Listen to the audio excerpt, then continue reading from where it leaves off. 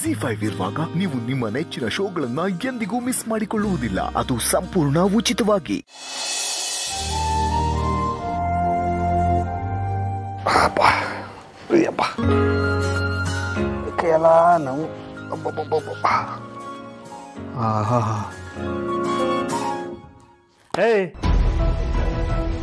ಏನ್ ದೊಡ್ಡ ಮಹಾರಾಜನ್ ಮೊಮ್ಮಗ ನೀನು.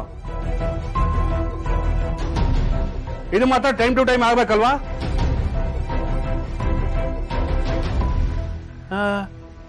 ಈಗ ಹೇಳ್ಬಿಟ್ರೆ ಮುಖಾನ ಗಡಿಗೆ ತರ ಮಾಡ್ಕೊಂಡ್ಬಿಡ್ತೀಯ. ಇವ್ರು ಯಾರಕ್ಕ? ಅವ್ನ್ ಗಂಗ್ ಬೈತಾ ಇದಾರೆ. ನನ್ಗೇನೋ ಗೊತ್ತು. ಸದ್ದ ಬೈಬೇಡವಾ?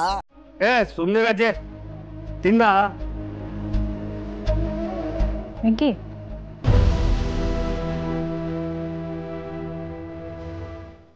ಏನ್ರಿ ನೀವು ಯಾವಾಗ ಹುಡುಗ ಅಂತೀರಲ್ರಿ, ಸ್ವಲ್ಪ ಸಮಾಧಾನವಾಗಿ ಮಾತಾಡ್ಬಾರ್ದ?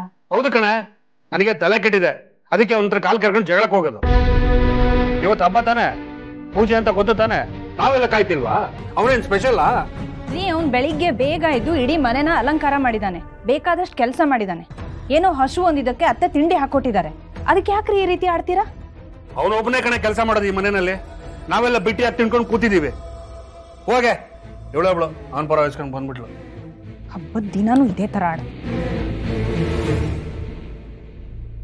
ಅಕ್ಕ, ಅಲ್ಲಿ ಬೈತಾ ಇದ್ರಲ್ಲ, ಅವ್ರು ಯಾರು? ನಮ್ಮ ಯಜಮಾನ್ರು. ಅಲ್ಲಿ ಬೈಸ್ಕೊಂಡು ಹೋದ್ರಲ್ಲ, ಅವರು ಇವ್ರಿಗೇನಾಗಬೇಕು? ಅವರು ನಮ್ಮ ಯಜಮಾನ್ರ ಅಣ್ಣ.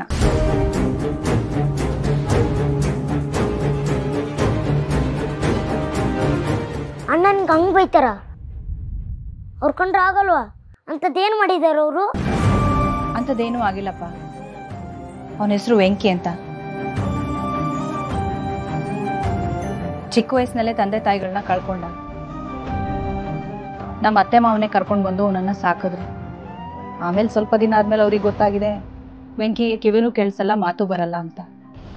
ಆದ್ರೂ ನಮ್ಮ ಅತ್ತೆ ಮಾವ ಸ್ವಂತ ಮಗನ ಥರನೇ ಅವ್ರನ್ನ ಸಾಕಿದ್ರು.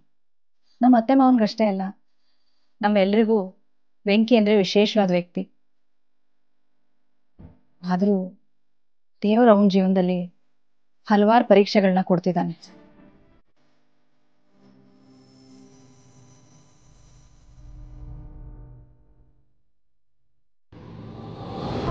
ಅಕ್ಕ, ಆಪ ಕಣಕ್ಕ, ಇಷ್ಟೊಂದು ಫ್ಲಾಶ್ ಬ್ಯಾಕ್ ಇದೆ ಅಂತ ನನ್ಗೆ ಗೊತ್ತಿರ್ಲಿಲ್ಲ. ಪಾಪ ಅನ್ಸುತ್ತೆ ಅಕ್ಕ.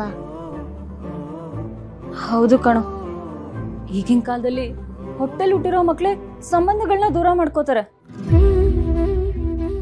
ಅಂಥದ್ರಲ್ಲಿ ಇವ್ರು ಯಾರು ತನ್ನೋರೇ ಅಲ್ಲದೆ ಹೋದ್ರು ಈ ಮನೆಗೋಸ್ಕರ ಎಷ್ಟೊಂದು ಕಷ್ಟಪಡ್ತಾ ಇದ್ದಾನೆ.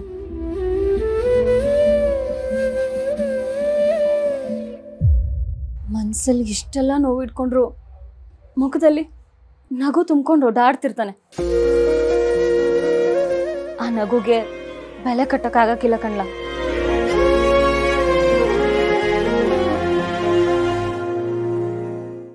ಜಿ5 ಆಪ್ ಡೌನ್ಲೋಡ್ ಮಾಡಿ ಎಲ್ಲಾ ಸಂಚಿಕೆಗಳನ್ನು ಸಂಪೂರ್ಣ ಉಚಿತವಾಗಿ ನೋಡಿ.